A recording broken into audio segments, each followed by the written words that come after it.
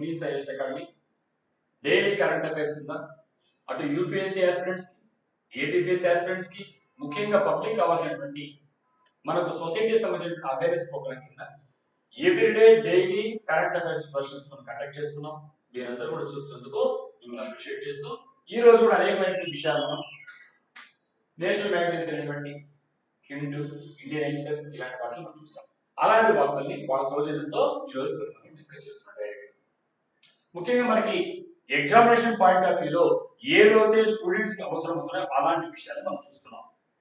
ఇంతకుముందే చెప్పినట్టుగా డిస్క్లైమర్ లో మనం ఒక పొలిటికల్ పార్టీకి కానీ, కాస్ట్కి కానీ, రిలీజియన్ కానీ ఎవరికి వ్యతిరేకం కాదు, మన ఎవరికి ప్రో కాదు. కాంపిటేటివ్ ఎగ్జామినేషన్ లో ప్రిపేర్ అయ్యేటువంటి స్టూడెంట్స్ ఎవరైతే ఉన్నారో వాళ్ళని దృష్టిలో పెట్టుకొని మాత్రం డిస్కస్ చేస్తున్నాం. దాంట్లో భాగంగా ఇవాళ మనకు హెడ్లైన్స్ లో కనిపిస్తుంది, Russia assures steady oil and LNG supply to India. ఎందుకు వచ్చింది ఈ వార్త తెలుసు. వెస్ట్ ఏషియా క్రైసిస్, పశ్చిమాసియా సంక్షోభంతో చెప్పాలంటే. కాబట్టి అటు ఇరాన్ వైపు, ఇటు ఇజ్రాయెల్ సపోర్టెడ్ బై అమెరికా వైపు యుద్ధం చేస్తున్నాయి. ప్రపంచం మొత్తం గడగడబడుతుంది. ఎందుకంటే ఆయిల్ సంక్షోభము, ఈ ఉండేటువంటి ఆయిల్ క్రైసిస్ అనేటువంటిది అన్ని రంగాలపైన పడుతుంది టోటల్ గా తెలుసు మనకి. సో ఇలాంటి పరిస్థితుల్లో ఇది హెడ్లైన్స్ రావడం జరిగింది. బ్యాక్గ్రౌండ్ కోరేట్. మరి ఇక్కడ మనం చూస్తున్నాం ఈ ఇమేజ్ లో Narendra Modi with Russian deputy PM Denis Mantelo in New Delhi on Thursday. అంటే Russia assures steady oil and LNG supply to India. మీరు భయపడబాకండి, చిరకాల స్నేహితులము. మీకు తెలుసు మనకి అమెరికాలో నటించదు రష్యా. ఎప్పుడు అమెరికా వస్తాడు, ట్రంప్ వస్తాడు, భుజంగా చేస్తాడు, షేక్ హ్యాండ్ ఇస్తాడు, ఎక్కడికైనా ఏమైనా వెళ్తున్నాడు. బట్ చిరకాల మిత్రుడు మన పాకిస్తాన్ వారిలో కానీ, ఇంతకు జరిగిన యుద్ధాల్లో కానీ గతంలో చూస్తే భారతదేశం నమ్మదగ్గ ఫ్రెండ్ ఎవరంటే రష్యా. ఇది ఓపెన్ సీక్రెట్. అది వ్యక్తిగతంగా కావచ్చు, ప్రజల టైస్ కావచ్చు, లేదా దేశానికి మధ్యటువంటి స్నేహం. సో దాంట్లో భాగంగా రష్యా అనేది ఆమె ఇచ్చింది, డోంట్ వరీ, మీకు ఆయిల్ క్రైసిస్ ఉంది, ఈ ఆయిల్ క్రైసిస్ మీద అన్నిటికంటే ముఖ్యంగా ఫెర్టిలైజర్స్, ఎరువులకి ఇంతకు చెప్పారు సెషన్ లో. ఎరువులు తయారవ్వాలంటే ఖచ్చితంగా మనకి ఏం కావాలంటే నేచురల్ గ్యాస్ కావాలి. నేచురల్ గ్యాస్ ద్వారానే యూరియా తయారవుతుంది. యూరియా తయారవకపోతే రైతులు పంటలు పండించలేదు, రైతులు పండించకపోతే టోటల్ ఎకానమీ అన్నిటి పడిపోతుంది అనమాట. సో దాంట్లో భాగంగా ఈ రోజు ఉండేటువంటి ఎల్ఎన్జి అంటున్నాం. ఎల్ఎన్జి లిక్విఫైడ్ న్యాచురల్ గ్యాస్ అంటే ద్రవీకరించబడినటువంటి సహజ వాయువునే లిక్విఫైడ్ గ్యాస్ అంటున్నాం. దీంట్లో మేము సప్లై చేస్తామన్నాడు. America oil shock and supply chain disruptions. Supply chain అంటే ఏంటి? మా వాళ్ళు ఇలా వస్తుంది అలా వస్తుంది మనం ఊహించుకున్నాం. సో ఇలాంటివి సప్లై చైన్ ఏమవుతుందో ఇప్పుడు అది డిస్టర్బ్ అయిపోయింది. ఎందువల్ల? హార్మోజ్ అనేటువంటి స్ట్రైట్, హార్మోజ్ అనే జలసంధి ఏవైతే ఉందో అటు ఒమన్కి అటు ఇరాన్కి, జలసంధి అంటే ఇంగ్లీష్ మనం స్ట్రైట్ అంటున్నాం. అంటే సన్నగా ఇరుకైన నేరో ప్యాసేజ్ ఆఫ్ సీ. దాని పేరు హార్మోజ్. వార్తల్లో వచ్చింది, ఎగ్జామినేషన్ మనం తీసుకెళ్ళాం. సో అలాంటి చోట ద్వారా ఈ యుద్ధం వల్ల ఇక్కడ ఏమవుతుందంటే మనకు రావాల్సినటువంటి, మనకే కాదు ప్రపంచవ్యాప్తంగా టోటల్ గా వచ్చేటువంటి 20 to 25% ఆయిల్ అగ్రికల్చర్ ఉన్నాయి. అక్కడ ఉండేటువంటి వెస్ట్ ఏషియా క్రైసిస్ వల్ల, పశ్చిమాసియా సంక్షోభం వల్ల ఆయిల్ లేదు. కాబట్టి అన్ని రకాల ఎకానమీ మనం ఇబ్బంది పడుతున్నాం. ఎప్పుడైతే ఆయిల్ రాలేదు, ట్రాన్స్పోర్టేషన్ జరగదు. ట్రాన్స్పోర్టేషన్ జరగకపోతే ఏమవుతాయి? అన్ని వస్తువులు ఇక్కడ రాయమవుతాయి, వాటి రేట్స్ పెరుగుతాయి. సో ఇలా చెప్పుకుంటూ పోతే అన్నిటిపై ఇంపాక్ట్ పడిపోతుంది. ముఖ్యంగా రైతుల పైన ఫర్టిలైజర్స్ తయారవడానికి ఈ లిక్విఫైడ్ న్యాచురల్ గ్యాస్ కావాలి. కాబట్టి అలాంటి పరిస్థితుల్లో ఇక్కడ ఏం చెప్తున్నాడంటే study increase the supply of oil and liquefied natural gas to India. కాబట్టి మీకు నేను ఏం చేస్తున్నాను హామీ ఇచ్చాడు. ఎవరు? ఈ డిప్యూటీ పిఎం. ఎవరు డిప్యూటీ పిఎం? రష్యా చెందినటువంటి. ఏం పేరు? డెనిస్ మాంటెలో. గుర్తుపెట్టుకోండి. డెనిస్ మాంటెలో ఏమంటున్నాడంటే మన ఇండియన్ ప్రైమ్ మినిస్టర్ కలిసి మీరు భయపడవసరం లేదు, మీకుండేటువంటి ఇక్కడ మా కెపాసిటీ ఉంది, మా ఎనర్జీ కంపెనీస్ ఏమవుతున్నాయో మాకు మీకు కావాల్సినటువంటి ఇచ్చేటువంటి లిక్విఫైడ్ దాని ఏమవుతుందో దాన్ని మేము స్టడీగా ఇంక్రీజ్ చేస్తాము అంటూ హామీ ఇచ్చాడు. సో కాబట్టి ఇక్కడ మనం చూస్తే ఇంతకుముందు గతంలో చూసాం 23rd India Russia annual summit మన భారతదేశం ఆతిథ్యం. మనం 26 లో వచ్చాం. 25 మీకు గుర్తుంటే డిసెంబర్ 25 లో మన భారతదేశం ఏంటంటే ఇక్కడ మనకి ఇండియాకి రష్యాకి సంబంధించినటువంటి యాన్యువల్ సమ్మిట్ జరుగుతుంది. అంటే రెండు దేశాలు కలిసి మనకు ఉండేటువంటి అనేకమైన విషయాల గురించి చర్చించుకుంటాయి. సో మనకు ఇక్కడ మనం గమనిస్తే ఆ రోజు అగ్రిమెంట్ జరిగింది. ఆ అగ్రిమెంట్ గురించి చేసుకుంటూ నెక్స్ట్ ఎక్కడ జరగబోతుంది, రష్యా జరుగుతుంది. ఇండియాలో జరిగింది కాబట్టి నెక్స్ట్ యాన్యువల్ ప్రతి సంవత్సరం మీట్ అవుతుంది అన్నమాట ఇండియా రష్యా. ఇవి 23rd మీటింగ్ December 25 లో ఇండియాలో జరిగింది. నెక్స్ట్ జరగబోయేది అక్కడ. ఇదే సందర్భంలో చూస్తే ఇక్కడ బ్రిక్స్ సమ్మిట్ జరగబోతోంది. బ్రిక్స్ సమ్మిట్ జరుగుతుంది. సో ఈ బ్రిక్స్ సమ్మిట్ లో మనం ఎవరు ఉంటారు చేయదు, ఇండియానే ఉంటుంది. సో ఈ విధంగా మనకు ఉండేటువంటి దాంట్లో ఈ రోజు ఉండేటువంటి బ్రిక్స్ సమ్మిట్ సంబంధించి సలహాలు ఇస్తున్నాం భారతదేశం ఆతిథ్యం ఉంది. సో దాంట్లో భాగంగా రష్యా కూడా మెంబర్ కాబట్టి, ఇండియా కూడా మెంబర్ కాబట్టి, సో ఇలాంటి పరిస్థితి రెండు డిస్కస్ చేయడానికి ఇక్కడ వచ్చినటువంటి ఈ డిప్యూటీ పిఎం ఎవరైతే ఉన్నారో వారు ఇచ్చారు, మీరేం వరి కావకండి, మీకు ఉండేటువంటి ఏమైతే మీ రిక్వైర్మెంట్ ఉందో దానికి ఇంతకుముందు ఇస్తున్న దానికంటే 40% పైగా ఇంక్రీజ్ చేస్తాం. ఇక రాబోయేటప్పుడు మీకు ఏం కావాలో మా కంపెనీస్ శక్తి ఉంది ఆయన దాంతో హామీ ఇచ్చాడు. అందువల్ల మనకు ఈ నమ్మదగ్గ మిత్రుడైనటువంటి ఇక్కడ ఈ రష్యా యొక్క స్నేహస్తం అందింది. దీన్ని మనం జాగ్రత్తగా ఎగ్జామినేషన్ చూసుకోండి. నెక్స్ట్ దాంట్లో డిస్కస్ చేద్దాం. తర్వాత మనకు కనిపించినటువంటి ఇంకొక ఇష్యూ ఏంటంటే, ఇంతకుముందు మనం ఇంటర్నేషనల్ రిలేషన్స్ గురించి మాట్లాడాను. ఇప్పుడు వచ్చే కనుక మన కరెంట్ అఫైర్స్ లో great Nicobar plan triggers fresh concerns among locals. ఇక్కడ మీకు అర్థమైపోయింది, అటు ఆంథ్రోపాలజీకి అటు ఉండేటువంటి టోటల్ గా ఇంటర్నేషనల్ రిలేషన్ సంబంధించిన ఇష్యూస్ ఉంటాయి, ఇంటర్నల్ సెక్యూరిటీ సంబంధించిన విషయాలు ఉంటాయి, ఎస్పెషల్ ఇండియన్ సొసైటీ సంబంధించినటువంటి ఇష్యూస్. ఇంకా చెప్పాలంటే ఎన్విరాన్మెంట్ ఈకాలజీ సంబంధించిన ఇష్యూస్ అనేక దాగేటువంటి ఇష్యూ గ్రేట్ నికోబార్ ప్లాన్. ఎక్కడ ఉన్నాయి? అండమాన్ నికోబార్ ఐలాండ్స్ తెలుసు. సో ఏదైతే ఇండియన్ ఓషన్ లో అండమాన్ నికోబార్ ఐలాండ్స్ ఉండేటువంటి సముదాయం ఉంది, దాంట్లో ఉండేటువంటి దాంట్లో మీకు ఇంతకుముందు కూడా చెప్పాను, PVTG particularly vulnerable tribal groups అని చెప్పాను. టోటల్ ఎన్ని ఉన్నాయి ఇండియాలో?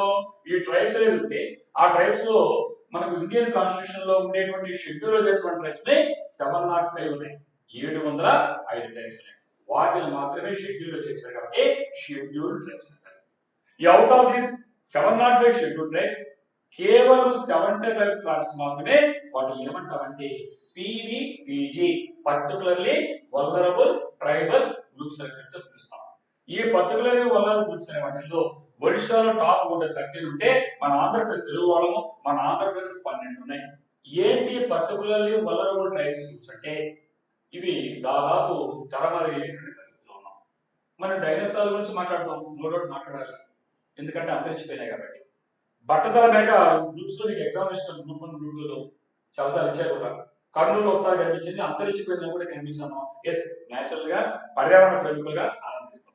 అదే సమయంలో మన మానవ జాతికి సంబంధించినటువంటి ఏవైతే ఇప్పుడు మాట్లాడానో ఇది అంతరించిపోయే స్థితిలో ఉన్నాయి. కాబట్టి ఎంత కన్సర్న్, ఎంత ఆందోళన మీకు అర్థమైంది. ఇలాంటి 75 ట్రైబ్స్ భారతదేశంలో గుర్తించారు. దేని ఆధారంగా అంటే వాటి యొక్క పాపులేషన్ అది స్టాగ్నెంట్ గా అలాగే ఉండొచ్చు, లేదు తగ్గిపోవచ్చు, డిక్లైన్ కావచ్చు.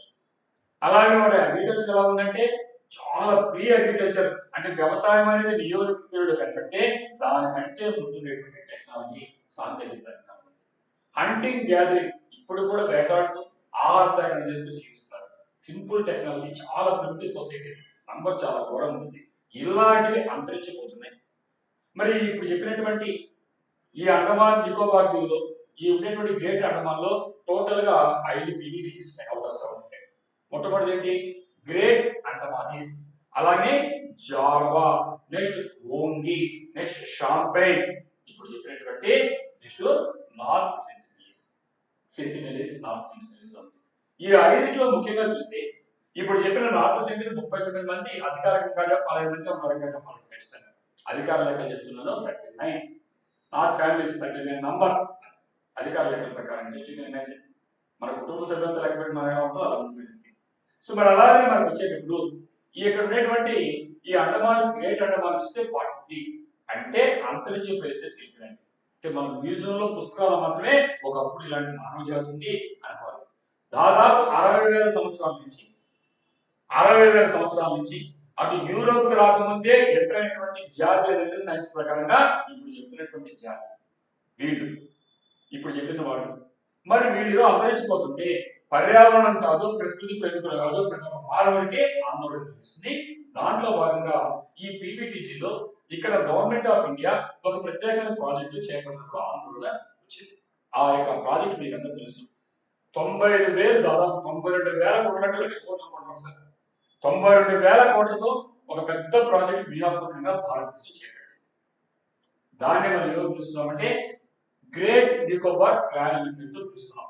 గ్రేట్ నికోబార్ ప్లాన్ అంటే వ్యూహాత్మకంగా అక్కడ ఒక ఎయిర్పోర్ట్ వస్తుంది, ఒక పెద్ద అక్కడ కావాల్సిన ఎలక్ట్రిసిటీ సంబంధించినట్టు వస్తుంది, అక్కడ డిఫెన్స్ సంబంధించి వస్తుంది, అంటే ఆ టూరిజం వస్తుంది, అంటే అన్ని రంగాలుగా రేపు ఉత్తరోత్తర యుద్ధాలు వస్తే కూడా పనికి వస్తుంది టైప్లో మల్టిపుల్ గవర్నమెంట్. ఇది ఎవరు కాదలేదు, ఎందుకంటే దేశం పట్ల ప్రేమ ఉండేవాళ్ళు ప్రతి ఒక్కరు వెల్కమ్ చేస్తాం. ఇక్కడ ఆందోళన ఏంటంటే ఇక్కడ ఎంత సెన్సిటివ్ అంటే ఒక ఇంక్యుబేటర్ లో ఒక అబ్బాయి చిన్న పిల్లలు ఉంటే ఆ అబ్బాయి దగ్గరికి జెమ్స్ ఎలా వెళ్ళకూడదో అంతకంటే సెన్సిటివ్ గా ఉండేది ఉన్నారు. దాంట్లో ముఖ్యంగా రేరెస్ట్ ట్రైబ్ అన్కంటాజీస్ అంటాం, అంటే ఇప్పుడు కూడా మానవ జాతిని తెలియని వాళ్ళు, వేరే ప్రజలు తెలియని వాళ్ళు ఎవరున్నారు అక్కడ? సెంటినెల్స్ ఉన్నారు. అలాంటి చోట గవర్నమెంట్ ఈ ప్రాజెక్ట్ టేకప్ చేసి ఇక్కడ నుంచి రోజు పేపర్లో న్యూస్ లో మీకు వస్తుంది. అలాంటి న్యూస్ హెడ్లైన్స్ లో ఈ రోజు వచ్చింది కాబట్టి అటు కరెంట్ అఫైర్స్ మనకు స్టూడెంట్స్ కి, అటు పర్యావరణానికి పనికొస్తుంది, మనకి ఎకాలజీ పనికొస్తుంది, అన్ని రకాల పనికొస్తుంది, ముఖ్యంగా అందరికీ పబ్లిక్ పనికొస్తుంది. అంటే ఈ విషయం టేకప్ చేసి ఈ బ్యాక్గ్రౌండ్ మీకు అర్థమైంది. ఇక్కడ మనం చూసినప్పుడు a draft plan outlining relocation of Nicobarese tribal communities affected by the Union Government's Great Nicobar Island GNI అంటాం. గ్రేట్ నికోబార్ ఐలాండ్ GNI అంటాం. ఈ ప్రాజెక్ట్ ఎవరైతే అఫెక్ట్ కాబడుతున్నారో, ఎవరైతే ప్రభావితమైన ట్రైబల్స్ చెప్పేసారు, ఈ ప్రభావితమయ్యేటువంటి ట్రైబల్ పీపుల్ ఎవరైతే పీవీటీజీస్ పర్టికులర్లీ వనరుల ట్రైబల్ అంటున్నారో వీళ్ళని రీలొకేట్ చేయడము. రీలొకేట్ అంటే ఉండేవాళ్ళని తీసుకెళ్ళి వేరే చోట పెట్టడం. ఇది ఇక్కడ ఉండేటువంటి ఏమి ఇస్తున్నారంటే ఈ న్యూస్ పేపర్లో ఇక్కడ ఇచ్చిన దాంట్లో ఇది ఒక మెగా ఇన్ఫ్రాస్ట్రక్చర్ చెప్పినట్టుగా అన్ని వస్తున్నాయి. దాంట్లో ఎయిర్పోర్ట్ వస్తుంది, మీకు డిఫెన్స్ ఫారం వస్తుంది, ఒకటే అన్ని వస్తున్నాయి. అందువల్లే 92,000 కోట్ల రూపాయలు ఖర్చు పెట్టుంటే ఒక మెగా ఇన్ఫ్రాస్ట్రక్చర్ ప్రాజెక్ట్. ఈ ప్రాజెక్ట్ లో ఏం చెప్తున్నారంటే టు ద ఏన్సిస్టల్ ల్యాండ్స్, అంటే మిమ్మల్ని ఏం ఇబ్బంది లేదు, మిమ్మల్ని తీసుకెళ్లి మళ్ళా మీ ఏన్సిస్టల్ అంటే పూర్వీకులు, మీ పూర్వీకులు ఎక్కడ అక్కడ మళ్ళా మేము రీలొకేట్ చేస్తామని చెప్పడం జరిగింది. మీరందరూ కూడా ఆంథ్రోపాలజీ చదివే విద్యార్థులకి, మీరందరూ కూడా మానవ శాస్త్రం చదివే విద్యార్థులకి MNS అనేటువంటి పేరు ఉంటారు. Man nature spirit complex. అంటే ట్రైబల్ పీపుల్ ఈ భారతదేశంలో ఉండేటువంటి జనాభాలో 86% ఎవరైనా ట్రైబల్ పీపుల్ ఉన్నారు. ఈ 86% ఉండే ట్రైబల్ పీపుల్ లో 104.2 మిలియన్స్ ఎవరంటే ట్రైబల్ నంబర్ చెప్పాలంటే వీళ్ళంతా 90% ఎక్కడ ఉన్నారంటే in and around of forest. అడవుల లోపల ఉన్నారు, అడవుల చుట్టుపక్కల జీవిస్తుంది వాస్తవం. అంటే we cannot separate tribal people from the forest. మన ఇంటి పరిస్థితుల్లో ట్రైబల్ పీపుల్ అడవుల నుంచి వేరు చూడలేము. కాబట్టి అడవే వాళ్ళ జీవితము, అడవే జీవనాధారం. సో ఇలాంటి అనేక ఇష్యూస్ మనం డిస్కస్ చేసాం. దాంట్లో భాగంగా MNS man nature spirit complex concept కూడా చెప్పారు. అంటే మనిషికి, ప్రకృతికి, ఆ స్పిరిట్ నమ్మేటువంటి విశ్వాసాలు ఏమిటంటాయో, మనకెలా రిలీజియన్స్ ఉన్నాయో, మన రకరకాల మతాలు ఉన్నాయి. హిందూయిజం అంటున్నాం, క్రిస్టియన్స్ అంటున్నాం, ముస్లిమ్స్ అంటున్నాం, బుద్ధిజం అంటున్నాం, సిక్కిజం అంటున్నాం, జోరాస్ట్రియన్స్ అంటున్నాం, ఎలా మతాలు ఉన్నాయో అలాగనే వాళ్ళకి సంబంధించి స్పిరిట్ ఉంటాయి, అనేకమైన మన విశ్వాసాలు ఉంటాయి. సో దాంట్లో నుంచి వాళ్ళు ఎంత ప్రాజెక్ట్ కట్టినా బయటికి రాలేదు. ఒక ఫిష్ ని తీసుకెళ్లి నువ్వు బయటకు వేస్తే ఎలా జరగకుంటుందో అలా ఉంటుంది. అందుకోసమే వాళ్ళ యొక్క మత విశ్వాసాన్ని ఈ సెన్సిటివిటీస్ దృష్టిలో పెట్టుకొని మాత్రమే చేయాలి. ఎస్పెషల్లీ ఇక్కడ అది చెప్పేది మన ఎవరు డెవలప్మెంట్ గుర్తపడలేదు. ఇది చాలా సున్నితమైన సమస్య, చాలా జాగ్రత్తగా డీల్ చేయాలని చెప్తున్నాం. సో ఇప్పుడు ఈ రోజు ఇష్యూ ఈ బ్యాక్గ్రౌండ్ లో మీకు ఏమర్థమైందంటే ఇక్కడ డ్రాఫ్ట్ ప్లాన్ చేశారు. అంటే ఒక ముందు ముసాయిదా అంటాం, డ్రాఫ్ట్ అంటే దాన్ని మనం ఏర్పాటు చేస్తాం. అక్కడ ఏం చెప్తున్నారంటే relocation of Nicobar tribal communities affected by the Union Government's Great Nicobar Island mega infrastructure project to the ancestral land is created confusion and is exacerbating existing apprehensions among locals. Already వాళ్ళకి అనేకమైనటువంటి భయాలు ఉన్నాయి, apprehension అనుమానాలు ఉన్నాయి. దాన్ని బలోపేతం చేసే విధంగా ఈ రోజు ఇచ్చింది ఇక్కడ చేస్తుంది. ఏం చెప్తుందంటే ఇక్కడ ఈ గత 4 ఏళ్ల నుంచి ఈ 92,000 crores ప్రాజెక్ట్ ని 92,000 కోట్ల విలువ చేసేటువంటి ఈ ప్రాజెక్ట్ లో మొదటి నుంచి చెప్తుందంటే 2020 నుంచి స్టార్ట్ అయింది ప్రాజెక్టు. అప్పటి నుంచి ఒక్కొక్కరు ఒక రకమైన గందరగోళాలు కనిపిస్తున్నారు. వాళ్ళకు లాట్ ఆఫ్ కన్ఫ్యూజన్, గందరగోళం, అపోహలు, అప్రహెన్షన్స్ ఇలాంటి కొనసాగుతున్నాయి. దాన్ని బలపరిచే విధంగా ఈ రోజు ఇచ్చిన డ్రాఫ్ట్ ఏముందంటే comprehensive tribal welfare plan prepared by the Andaman and Nicobar islands administration.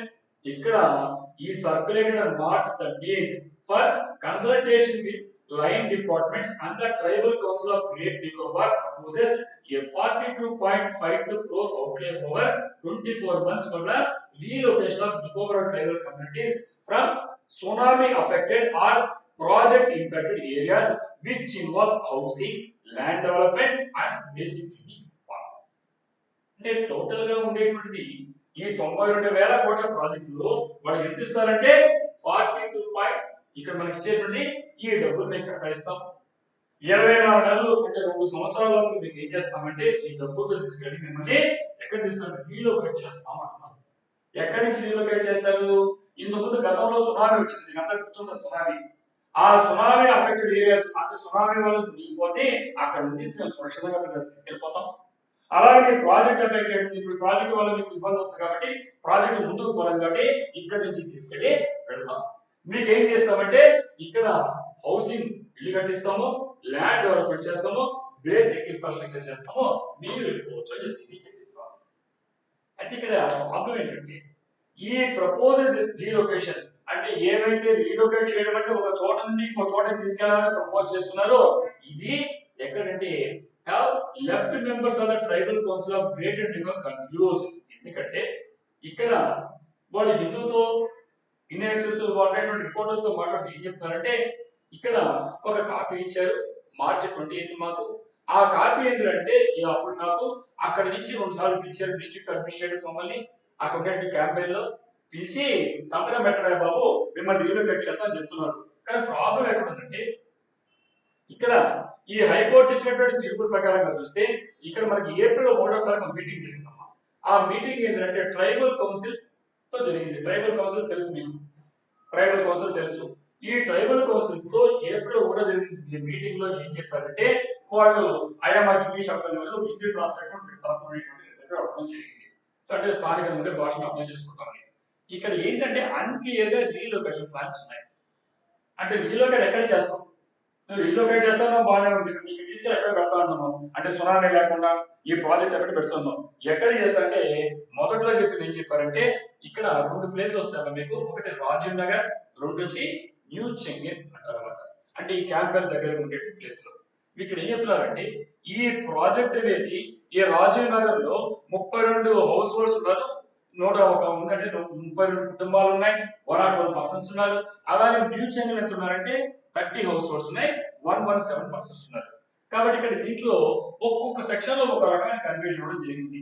ఎందువల్లంటే వాళ్ళకి ఏం చెప్తున్నారంటే ఇక్కడ చూస్తే a leader tribal said that ఇక్కడ చూడండమ్మా, ఇక్కడ పులోబావి అంటారు దాన్ని, Pulobabi is just one of several ancestral village sites.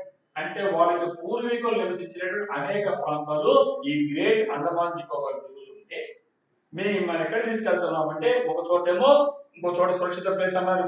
ఇప్పుడు మాట్లాడేది పులోబావి అనే ప్లేస్ తీసుకెళ్తున్నారు. పులోబావి అంటే ఒకప్పుడు ఎన్సిస్టర్ నివసించింది, మా పూర్వీకులు ఉండేదే కరెక్టే, కానీ మా ఎన్నో ఉంటే వాటిలో ఒకటి మాత్రమే.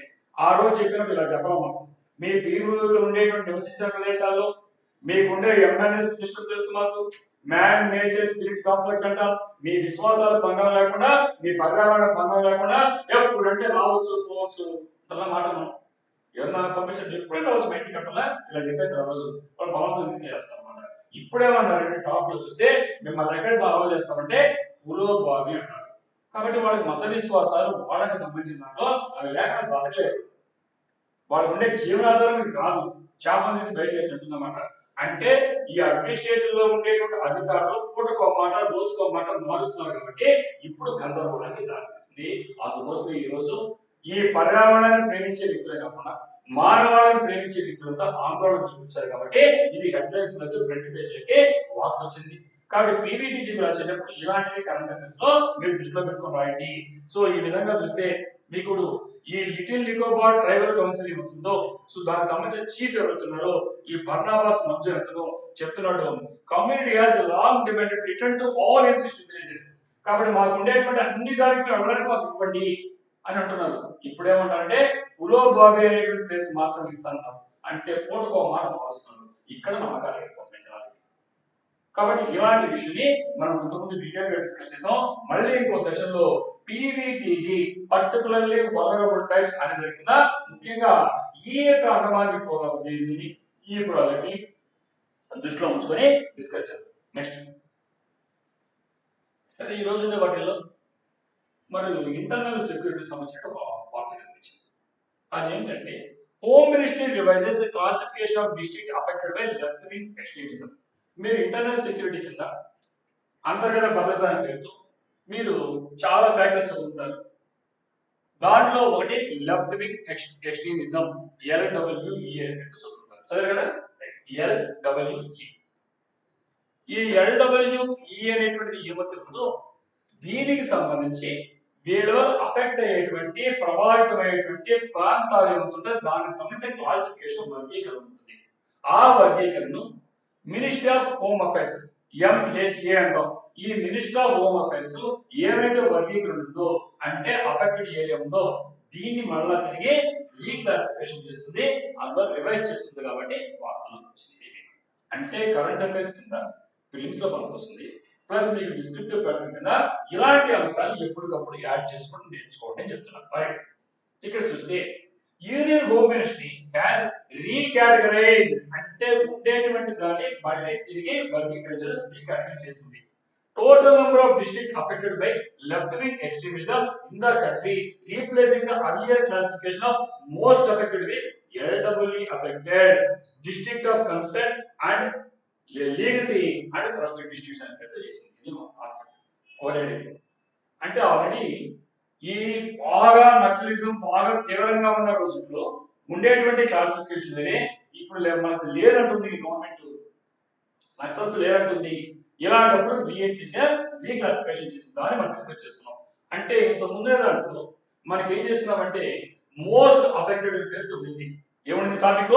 Most affected. ఇది ఎగ్జామ్స్ అడుగుతాడు. ఇంత ముందు క్లాసిఫికేషన్ మోస్ట్ అఫెక్టెడ్, దాని ప్లేస్ ఏమిచ్చింది గవర్నమెంట్? LWE అఫెక్టెడ్ అంటుంది. కాబట్టి ఎగ్జామినేషన్ బిట్స్ వస్తే మనకి నక్సల్స్ ప్రభావిత ప్రాంతాల్లో ఇంత ముందున్న ఇంటర్నల్ సెక్యూరిటీ ప్రకారంగా చూస్తే మోస్ట్ అఫెక్టెడ్ అనే పేరుతో ఉండేటువంటి ఆ పేరు ఏంగా మారిందంటే LWE అఫెక్టెడ్. అంటే అంత తీవ్ర నుంచి వేరే పదాలు లేవు కాబట్టి లెఫ్ట్ వింగ్ ఎక్స్ట్రీమ్లీ అఫెక్టెడ్. అంటే నక్సల్స్ ఇన్ని రకాలు వాళ్ళు ఉన్నప్పుడు అన్ని రకాల పదాలు పెట్టాల్సి వచ్చింది మోస్ట్ అఫెక్టెడ్ గా. ఇక లేరు కాబట్టి అసలు నక్సల్ ప్రభావిత ప్రాంతం అనే పదాన్ని ఇక్కడ తిరిగి ఇవ్వడంటే ముందు కొంత అంతరికి లిమిట్ అయిపోయింది. సో అలా ఇవ్వడం అందులో వచ్చిన వార్తలకి ఇక్కడ మనం చూస్తే అదే విధంగా ఈ 2024-25 లో చూస్తే మనకు ఇక్కడ 38 ఉన్నాయి. While the number of districts in the left wing category remains unchanged at 38 compared to 25, the classification now reflects a shift in the severity of violence reported in these areas. For example, అడుగుతారు ఎందువల్ల ఈ పదాన్ని most affected అనే పేరు నుంచి LWE అనే పేరుతో మార్చారంటే ఇది ఒక విధంగా చెప్పాలి షిఫ్ట్ చూపిస్తుంది, మార్పు చూపిస్తుంది. ఏ మార్పుని? ఇంత ముందు సివియర్ గా లేదు, ఇంత ముందు హింసాత్మక ప్రదేశాలు లేవు, వైలెన్స్ లేదు, అందువల్లే ఇంత ముందు మోస్ట్ అఫెక్టెడ్ ఇలా రాసే పదాలు ఇప్పుడు ఆ పదాలు లేకుండా లెఫ్ట్ వింగ్ అఫెక్టెడ్ అంటున్న ఎక్స్ట్రీమిస్ట్ ని. సో ఇది మనం సూచిస్తుందని ఎగ్జామినేషన్ లో మీరు ఐడెంటిఫై చేస్తారు. అలాగే మనకు ఈ రెడ్ కారిడార్ అంటే ఏంటి? ఎక్కడైతే నక్సలైట్లు ఉన్నారో నక్సల్ ప్రభావిత ప్రాంతం దాన్ని రెడ్ కారిడార్ అంటాం. ఈ కారిడార్ అది significantly contracted from 200 districts in 2005 to just 2 in 2026. 2025లో ఇక్కడ చూస్తే 200 districts ఉన్నాయమ్మా. రెడ్ కారిడార్ అంటే 200 జిల్లాలు ఉన్నాయి భారతదేశంలో. ఇప్పుడు ఉన్నది 26 వచ్చేసరికి ఓన్లీ 2 districts. గమనించారా? అంటే 200 నుంచి 2 వచ్చిందంటే 198 ఆ లిస్ట్ లో చెల్లిపోయిన రెడ్ కారిడార్ నుంచి. అంటే నక్సలిజం ఉన్నట్టు లేనట్టు గవర్నమెంట్ చెప్తుంది. ఇది మినిస్ట్రీ ఆఫ్ హోమ్ అఫైర్స్. ఇది గుర్తుపెట్టుకోవాలి ఎగ్జామినేషన్ మనకి. సో ఏవైతే పదం మారింది దేని సూచిస్తుంది, ఎన్ని జిల్లాల నుంచి ఎన్ని జిల్లాలు మారింది ఆ జిల్లాలని గుర్తుపెట్టుకోవాలి ఎగ్జామినేషన్ లో. సో ఆ విధంగా చూసినప్పుడు మార్చి 27 లో 3 days before home minister Amit Shah declared the Lok Sabha that country is now Naxals free. మీకు అందరు గుర్తుంటది, హోమ్ మినిస్టర్ అయినటువంటి అమిత్ షా ప్రకటించాడు మార్చి 31 కంతా నేను నక్సల్స్ ఫ్రీగా చేస్తున్నా చెప్పాడు. దాని తర్వాత చూసాం నక్సల్ చాలా మందిని చంపబడ్డము, వేరు వేయడము, లోపలికి చేయడము, రకరకాల మొత్తం పైన నక్సల్స్ లేకుండా ప్రకటన చేశాడు ఇక్కడ లోక్సభలో. కాబట్టి లోక్సభలో అధికార ప్రకటన చేస్తూ ఆయన ఏం చెప్పాడంటే భారతదేశంలో నక్సల్స్ ఫ్రీగా ఉంది, నక్సల్స్ వేరే ప్రకటించాడు. ఈ ప్రకటించిన తర్వాత ఇక్కడ మనం రివ్యూ చేయాల్సి వచ్చింది. ఏం రివ్యూ చేయాల్సి వచ్చింది? ఇంత ముందైనటువంటి యాక్ట్ ఏముంటున్నాయో, ఇంత ముందు చట్టాలు ఏముంటున్నాయో, ఇంత ముందర క్లాసిఫికేషన్ ఉందో, ఇంత ముందర వర్గీకరణని ఇక్కడ రివైజ్ చేశారు. కాబట్టి మనం ఏం చేస్తామంటే ఈ categorisation of district affected by LWE అని పదం వాడడం జరిగింది. ఇంతకుముందు మోస్ట్ అఫెక్టెడ్ ఉంటే ఇప్పుడు అవసరం లేదు కాబట్టి ఎల్డబ్ల్యూ అఫెక్టెడ్ చెప్పారు. సో కాబట్టి ఫ్రెష్ లిస్ట్ ని ఈ రోజు చేస్తారంటే హోమ్ సెక్రటరీస్ కి, అలాగే డిస్ట్రిక్ట్ జనరల్ ఆఫ్ పోలీస్ కి ఆంధ్రప్రదేశ్ కానీ, బీహార్ కానీ, ఛత్తీస్గఢ్ కానీ, జార్ఖండ్ కానీ, మధ్యప్రదేశ్, మహారాష్ట్ర, ఒరిస్సా, తెలంగాణ, వెస్ట్ బెంగాల్ ఇలాంటి వాటిలో ఇంతకుముందు 200 జిల్లాలు ఉన్నాయి టోటల్ గా, ఇంక్లూడింగ్ అవర్ ఆంధ్రప్రదేశ్.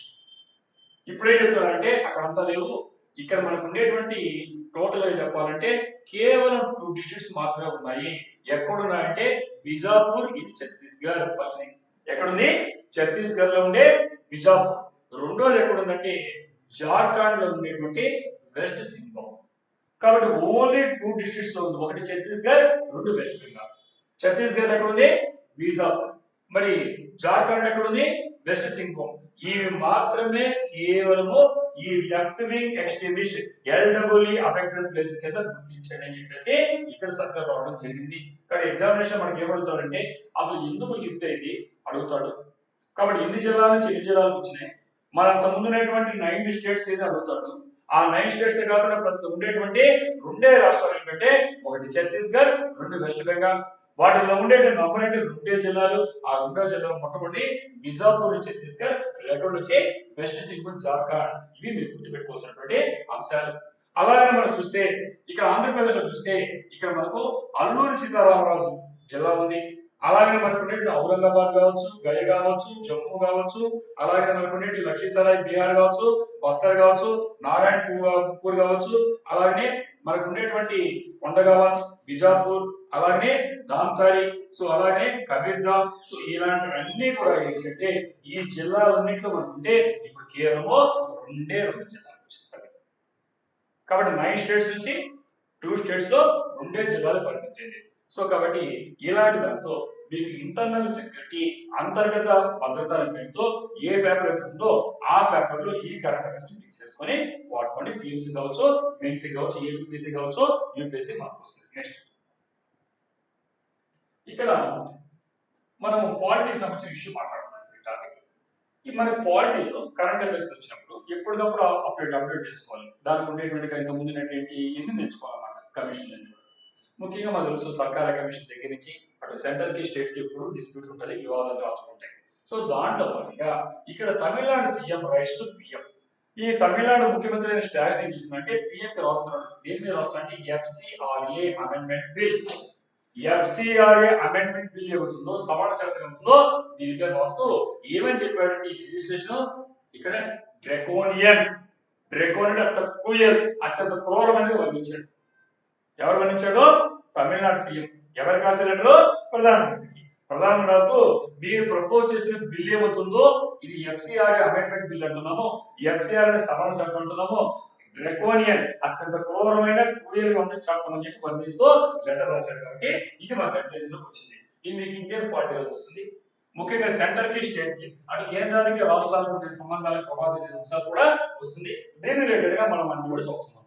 మరి ఇక్కడ చూస్తే Tamil Nadu CM MK Stalin on Friday and the right to Prime Minister Narendra Modi expressing deep anguish and concern over the Union government's introduction of Foreign Contribution Regulation FCR Amendment Bill 2006 in Parliament.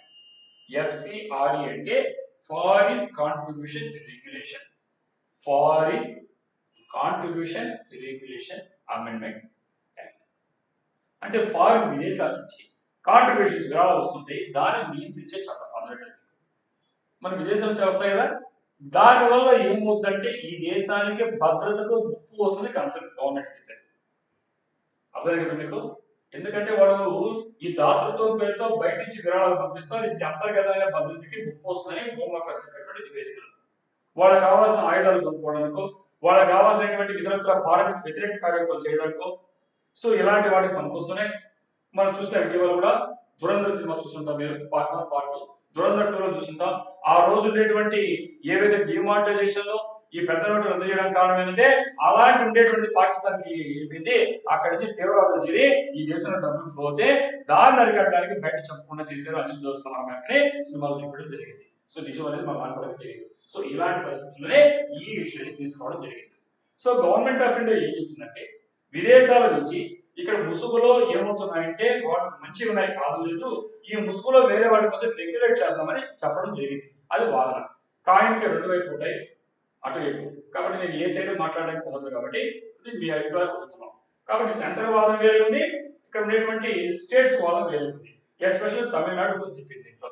ఎవరి పట్ల అంటే NGOs అంటే స్వచ్ఛంద సంస్థలు ఏమవుతున్నాయి, వాటికి వచ్చేటువంటి funds అరికట్టడం వల్ల మీరు అనుమానంగా చూస్తూ ఉండొచ్చు, అనుమానంగా చూస్తూ చేయడం వల్ల ఈ దేశంలో ఉండేటువంటి ధార్మికమైన పనులు ప్రభుత్వం ఒకటే చేయలేదు.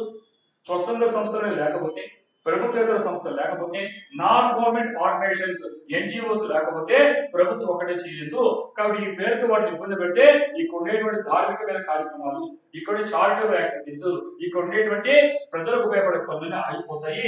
కాబట్టి ఇది బ్రూటల్ గా ఉంది, క్రూయల్ గా ఉంది, ఇంకా చెప్పాలంటే డ్రకోనిక్ ఉంది. ఇంత గవర్నమెంట్ చూడదు కాబట్టి ఇది సబ్జెక్ట్ అర్థమైంది. సో దాంట్లో ఏమన్నాడంటే స్టాలిన్ ఇక్కడ చెప్తున్నాడు, neither the union government nor state possesses the capacity to replace the educational, medical and charitable services rendered by non-profit organization. ఏవైతే లాభాపేక్ష లేకుండా చేస్తున్నాయో, ఏవైతే ప్రభుత్వేతర సంస్థలు చేస్తున్నాయో అవి చేసేటువంటి ఎడ్యుకేషన్ విద్యాపరమైన, మెడికల్ వైద్యపరమైన, చారిటబుల్ దాతృత్వ పనులు ఇవి అటు సెంట్రల్ గానీ స్టేట్స్ గా చేయలేవు, అటు చేస్తున్నారు. ఈ బిల్లును తీసుకొచ్చి వాటికి వచ్చేటువంటి బిల్లును ఆపడం ద్వారా అవి ఆ పనులు చేయలేకపోతే మనం ఎవరో మీ సెంట్రల్ చేయలేము, మీరు స్టేట్ చేయలేము, అందులో డ్రగ్గా నమ్మనిస్తున్నారు గవర్నమెంట్ అంటున్నాడు. ఇక్కడ మనం చూస్తే అందుకైనా terming it as a draconian bill, చాలా క్రూరమైన బిల్ గా వర్ణించాడు దాన్ని. Stalin pointed out that it is sought to ఇక్కడ dismantle India's charitable organization by enabling the union government at a discussion to cancel the FCR registration of an organization and take over its assets, whether it is a church, school or hospital, without any due process. ఎలాంటి process లేకుండా ఎవరైతే ఇప్పుడు ఉండేటువంటి చర్చలు కావచ్చు, schools కావచ్చు, hospital కావచ్చు, వాటిని ఎలాంటి లేకుండా ఈ సెంట్రల్ గవర్నమెంట్ ఈ తన డిస్కషన్ తో వాడుకొని వాటికి వచ్చేటువంటి విదేశాల నుంచి విరాళాలని ఆపడానికి అవకాశం ఉంది అని ఆందోళన పిలిపించాడు. సో ఇది ఒక డిబేట్, కాయిన్ అటు ఉంటాయి ఇటు ఉంటాయి, ఇది మనం అవసరం మనకి. సో ఇక్కడ ఇది చెప్పినప్పుడు దీని ద్వారా consequently the immediate victims will not be just the organisations. మీరు ఇలా ఆపడం వల్ల కేవలం ఆర్గనైజేషన్స్ మాత్రమే నష్టపోవు. ఎవరు నష్టపోతారంటే millions of vulnerable citizens who depend on these institutions for education and healthcare. The result will be a collapse of grassroots welfare infrastructure across the country.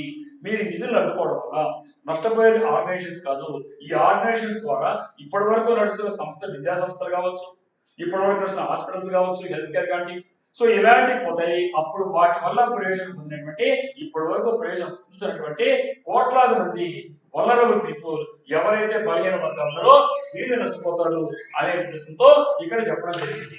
అంటే ఇక్కడ మనం గమనిస్తే ఇక్కడ గమనించుకోవాల్సింది, ఇక్కడ అంటే కాయిన్కి రెండు వైపులా చెప్పారు ముందు, ఇటు ఉంటుంది అటు ఉంటుంది, ఒక బొమ్మ ఉంటుంది, వరుస ఉంటుంది, హెడ్ ఉంటుంది, టైల్ ఉంటుంది. ఒక వరుసలో సెంట్రల్ గవర్నమెంట్ ఏం చెప్తుందంటే బయట నుంచి నిధులు ఈ ముసుగులో ఇక్కడ భారతదేశ భద్రతకు ముప్పు వస్తుంది చెప్తుంది. ఇప్పుడు చెప్పినటువంటి తమిళనాడు స్టేట్ ఏమంటుందంటే ఈ మీరు ఆపేస్తే ఆర్గనైజేషన్స్ గా నష్టపోయేది, ఈ పేరుతో జరిగిన విద్యా సంస్థలు, ఈ పేరుతో నడుస్తున్నటువంటి చర్చలు కావచ్చు, స్కూల్స్ కావచ్చు, ఇతర ఏ మతమైనా కావచ్చు, ఇలాంటి నష్టపోతాయని చెప్తుంది. అందువల్ల మనము డిస్క్లైమర్ చెప్పినట్టుగా మనం ఏంటంటే ఏ రాజకీయానికి, ఏ మతానికి, కులానికి చెందినవో కేవలం ఎగ్జామినేషన్ పాయింట్ లో దీన్ని మనం చర్చించాలి. దీన్ని మనకు సెంట్రల్ స్టేట్ రిలేషన్స్ లో వస్తుంది ఇండియన్ పార్టీలో. అలాగే బిల్స్ అడిగినప్పుడు ఇక్కడ బిల్ పేరు గుర్తుపెట్టుకోండి, FCRA అమెండ్మెంట్ బిల్ పేరు. సో ఇక్కడ మనకు ఫారిన్ కాంట్రిబ్యూషన్స్ రెగ్యులేషన్ యాక్ట్. కాబట్టి విదేశాల నుంచి వచ్చేటువంటి విరాళాలు ఏమవుతున్నాయో దాన్ని నియంత్రించేటువంటి అమెండ్మెంట్ బిల్, సవరణ చట్టం అని గుర్తుపెట్టుకోండి. ఇది సరిపోదు. నెక్స్ట్ సరే, మనకు సైన్స్ అండ్ టెక్నాలజీలో మనకు డిఫెన్స్ టెక్నాలజీ వస్తుంది. డిఫెన్స్ టెక్నాలజీ సంబంధించినటువంటి వార్తలు ఈ రోజు మనకు చాలా కనిపించాయి. దాంట్లో చదువుపెట్టి తీసుకున్నాం. అంటే ఎప్పటికప్పుడు కరెంట్ అఫైర్స్ పెడుతూ మనం అప్డేట్ చేసుకోవాలి అన్ని రకాలకి. ఈ రోజు సైన్స్ అండ్ టెక్నాలజీ సంబంధించి డిఫెన్స్ టెక్నాలజీ ఉంటుంది, మెడికల్ టెక్నాలజీ ఉంటుంది, స్పేస్ టెక్నాలజీ ఉంటుంది, అనేక ఉంటే డిఫెన్స్ టెక్నాలజీ రక్షణ రంగానికి సంబంధించిన వార్త వచ్చింది. దాన్ని నేను డిస్కస్ చేస్తున్నాను. ఐఎన్ఎస్ అరిదామన్, దీని పేరు INS Aridhaman, nuclear powered submarine. INS Aridhaman ఏంటి అడుగుతాడు ఎగ్జామినేషన్. ఏంటిది? న్యూక్లియర్ పవర్డ్ అంటే అణుశక్తితో నడిచేటువంటి జలాంతర్గామి సబ్మెరైన్. అంటే సబ్మెరైన్ నీళ్లలో మునిగి ఉండేటువంటి జలాంతర్గామి, ఒక చేపలాగా, ఒక సొరచేపలాగా నీళ్ళలోకి సినిమా చూసినటువంటి గాలి సినిమా లాంటివి. సో ఇలాంటిది. దాని పేరు ఏంటంటే INS, Indian naval service Aridhaman అంటున్నాం. ఈ అరిదామన్ అనేది మనకు ఈ రోజు ఎంటర్స్ ఇండియన్ నేవల్ ఫ్లీట్, భారత నౌకాదళంలోకి ప్రవేశించింది. కాబట్టి డిఫెన్స్ టెక్నాలజీ రాదక్క పెట్టింది. ఖచ్చితంగా మీరు యూపీఎస్సీ రాస్తున్నా, యూపీఎస్సీ రాస్తున్నా, ఏ కాంపిటేటివ్ ఎగ్జామినేషన్ ఖచ్చితంగా రాదక్క పెట్టింది. Important point. ఓకే, మరి ఇక్కడ చూసినప్పుడు మీ వార్తల్లో డిఫెన్స్ మినిస్టర్ రాజ్నాథ్ సింగ్, కాబట్టి రక్షణ శాఖ మంత్రి ఎవరు? రాజ్నాథ్ సింగ్. ఆయన ఏమంటున్నాడంటే ఒక బ్రీఫ్ సెరమనీ జరిగింది. మామూలుగా ఏం చేస్తారంటే ఇలాంటి జరిగినప్పుడు చాలా బాధ్యతలు జరుగుతాయి. ఈసారి ఏంటంటే అలా లేకుండా, అందులో ఆపాటాలు లేకుండా అంతా అయిన తర్వాత చెప్పారు అన్నమాట వార్త. మామూలుగా ఎందుకంటే ఇప్పుడే పరిస్థితులు ఉన్నాయి కాబట్టి సిచ్యువేషన్స్ మామూలుగా చాలా బాధ్యత చేస్తారు. ఎవరు పబ్లిక్ చెప్పకుండా అంత అయిన తర్వాత మాత్రం తెలిసింది. సో దాంట్లో ఏం చెప్పాడంటే ఇక్కడ ఈ మనకు ఉండేటువంటిది ఈ కంట్రీస్ యొక్క థర్డ్ న్యూక్లియర్ సబ్మెరైన్. అంటే మనకు ఆల్రెడీ 2 ఉన్నాయి, ఇది 3ది. ఏం పేరు? INS Aridhaman. INS Aridhaman. So మనకు ఆల్రెడీ 2 ఉన్నాయి. సో ఆ 2 కాకుండా ఇది 3వది రావడం జరిగింది అని చెప్తూ దీన్ని దాని తర్వాత అరిదామన్ అనేది ఇది S4 అంటే 4 రకాలు వస్తాయి దీనిలో. S1, S2, S3, S4. ఇది S3 కిందకి వస్తామన్నమాట అందులో కేటగిరీ. సో కాబట్టి S3 ఇది ఇంతకుముందు ఇది థర్డ్ ఉంది. అరిహంత్ క్లాస్ ఆఫ్ SSBNS అంటారు. ఈ కేటగిరీ ఏమంటారు ఎగ్జామినేషన్ లో? ఏమంటారు దీన్ని? అరిహంత్ క్లాస్. అంటే క్లాస్ క్లాస్ ఇస్తారన్నమాట. ఇప్పుడు మోడల్ డెవలప్ చేస్తున్నారు. సో ఇది అరిహంత్ క్లాసు. అది ఏమంటారు? SSBN అంటారు. ఏమంటారు? SSBN. SSBN అంటే సబ్మెర్సిబుల్, S అంటే సబ్మెర్సిబుల్, S అంటే షిప్, B అంటే బ్యాలిస్టిక్, N అంటే న్యూక్లియర్. అంటే సబ్మెర్సిబుల్, షిప్, బ్యాలిస్టిక్, న్యూక్లియర్. ఈ న్యూక్లియర్ శక్తితో నడిచేటువంటి నీళ్లలో వెళ్ళేటువంటి బ్యాలిస్టిక్ సంబంధించినటువంటి జలాంతర్గాన్ని అరిహంత్ కేటగిరీ అంటారు అన్నమాట. సో ఇది విశాఖపట్నంలో ఫ్రైడే అంటే ఇవాళ 4th కదా, నేను 3rd నిన్న ఎడలోకి వదలడం జరిగింది. కానీ తమాషా ఏంటంటే ఇది ఆల్రెడీ ఇంతకుముందే వచ్చేసింది, ఇప్పుడు కొత్తగా రాలా, అధికారికంగా ప్రకటించాడు. అర్థమైందా? ఆల్రెడీ ఇంతకుముందు ఉంది ఇది. సో కాబట్టి the vessel being part of the strategic weapons program falls under the domain of the strategic forces and is a part of the country's nuclear triad. Triad అంటే ఏంటి?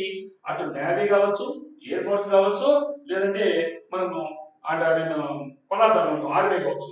ఈ మూడింటికి సంబంధించిన ట్రయాడ్ అంటే ట్రయాంగిల్ అంటాం. సో కాబట్టి ఇక్కడ మనం చూస్తే ఇది ఒక strategic forces part of that countries nuclear triad. అంటే మనం అణ్వాయుధాలు ఎలా ఉండాలంటే 3 రకాలుగా భూమిపై నుంచి ప్రయోగించగలగాలి, అవసరమైతే ఆకాశం నుంచి ప్రయోగిస్తాం, 4గా తెలిసి దీన్ని ట్రయాడ్ అంటాం. అప్పుడు మాత్రమే శక్తియుతంగా మనం ఉండగలుగుతాం. లేదు ఎక్కడన్నా దిబ్బని ఎందుకో ఆన్సర్ పడతాం. సో అలా చేయకుండానే ట్రయాడ్ అనే పేరుతో పిలుస్తారు. సో కాబట్టి ఆర్మీ, నేవీ, ఎయిర్ ఫోర్స్ అన్ని రకాలుగా అణుశక్తిలో భారతదేశంలో ఉంది. దీన్ని మనం మాట్లాడుతున్నాం. కాబట్టి as per sources in the commissioning was not made public. కాబట్టి మన పబ్లిక్ ఏం చెప్పలేదు. And was carried out quietly. ప్రశాంతంగా జరిగింది. సింగ్ ఏం చేశాడంటే ఈ విధంగా చేస్తూ ఇక్కడ అంటే ఎవరికి తెలియకుండా సీక్రెట్ చేశారు. చేసిన తర్వాత ఆయన ఎక్స్ లో పోస్ట్ చేసి తెలిసింది మనకి. ట్విట్టర్ చేస్తే ఎక్స్ గా మారింది. ఆ పోస్ట్ చేసినప్పుడు తెలిసింది మనకు, ఓహో ఇక్కడ మనకు చెప్పాడు. దాన్ని వర్ణిస్తూ ఏం చెప్పాడంటే it's not words but power అన్నాడు.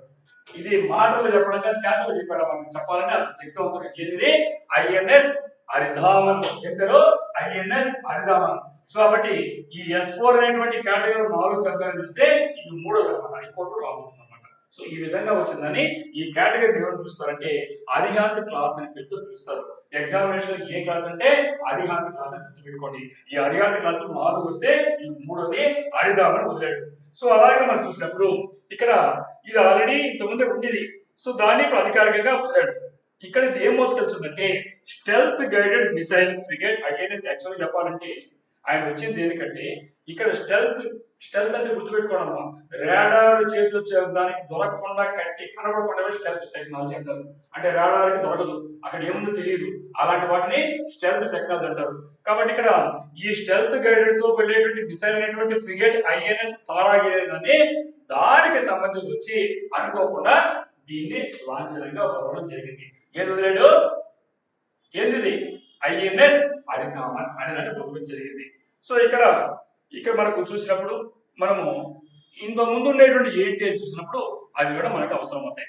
ఫస్ట్ ఉండేది అరిహాంత్, నెక్స్ట్ అరిగాత్. నోట్ చేసుకోండి. ఫస్ట్ది అరిహాంత్, రెండోది అరిగాట్, మూడోది అరికామన్. ఇవన్నీ ఇదే కేటగిరీకి వస్తాయి. అరిహాంత్ అనేటువంటి క్లాస్ అర్థమా? మొట్టమొదటి వెళ్ళింది అరిహాంత్, రెండు అరిగాత్, ఇప్పుడు వెళ్ళింది అరిధామన్. ఇవన్నీ కూడా ఏంటంటే న్యూక్లియర్ పవర్, అణుశక్తితో నడిచేటువంటి దాన్ని సంబంధించినటువంటి జలాంతర్గాములు. సో ఇంత ముందునేటువంటి రెండు కేటగిరీలు ఏంటంటే 6000 టన్స్ మాత్రమే మోసగలిగితే ఇప్పుడు దీని కెపాసిటీ 7000 టన్స్, అంటే 1000 టన్నులుగా ఎక్కువ ఉంది. అంటే చాలా పెద్ద జలాంతర్గామి, అంటే మన పవర్ ని చూపిస్తుంది.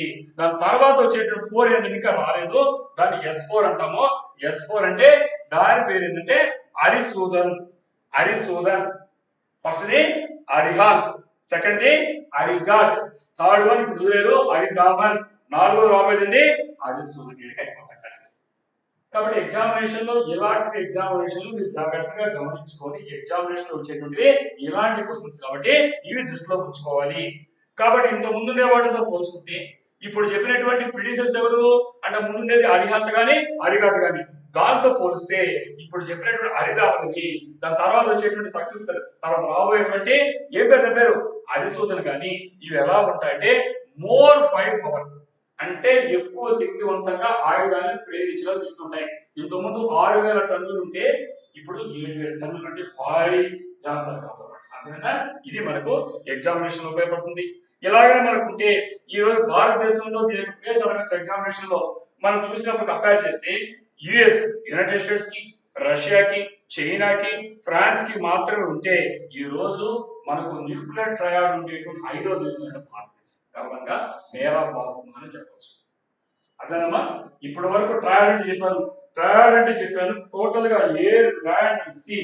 ఎయిర్, ల్యాండ్ అండ్ సీ, భూమిపై నుంచి, సముద్రం నుంచి, వాయువు నుంచి, అన్ని చోట్ల ఆకాశం నుంచి మనము అణ్వాయుధాలను ప్రయోగించగల శక్తి కలిగినటువంటి దేశాలు ప్రపంచంలో ఎన్ని ఉన్నాయంటే ఇప్పటి వరకు ప్రపంచంలో మనకు 4 మాత్రమే ఉన్నాయి. ఆ 4 ఏంటంటే యునైటెడ్ స్టేట్స్, రష్యా గుర్తుపెట్టుకోండి, పక్కన శత్రు దేశం చైనా గుర్తుపెట్టుకోండి, నెక్స్ట్ ఫ్రాన్స్ గుర్తుపెట్టుకోండి. మరి ఈ యొక్క న్యూక్లియర్ ట్రయాడ్ సాధించినటువంటి 5వ దేశం ఎవరు? మన భారతదేశం, మేరా భారత్ మహార్. కాబట్టి శక్తివంతమైనటువంటి దేశంగా ఆవిర్భవించడానికి చాటి చెప్పడానికి ఐఎన్ఎస్ అరిదామన్ అనే పేరుతో వాడుతున్నాం. కాబట్టి ఎగ్జామినేషన్ లో మీకు డిఫెన్స్ టెక్నాలజీలో వచ్చేటువంటి ఖచ్చితమైన అంశం మీ ఏపీపీఎస్ రాసిన, యూపీఎస్ రాసిన ఇది చాలా గుర్తుపెట్టుకోండి. నెక్స్ట్ ఇక్కడ అన్ని అంశాలు మాట్లాడుతున్నాం. ఈ రోజు వచ్చినప్పుడు ఇక్కడ మనకి సంబంధించినటువంటి గ్యాస్ సంబంధించిన ఒక ఐటమ్ వచ్చింది. ఆ ఐటమ్ ఏంటంటే MSMEs reluctant to switch over to piped natural gas supplies వచ్చింది. అంటే ఎంఎస్ఎంఈఎస్ అంటే తెలుసుకోవాలి, మీకు తెలుసు ఆల్రెడీ ఆయన చెప్తున్నాను. ఎంఎస్ఎంఈఎస్ అంటే ఏంటి?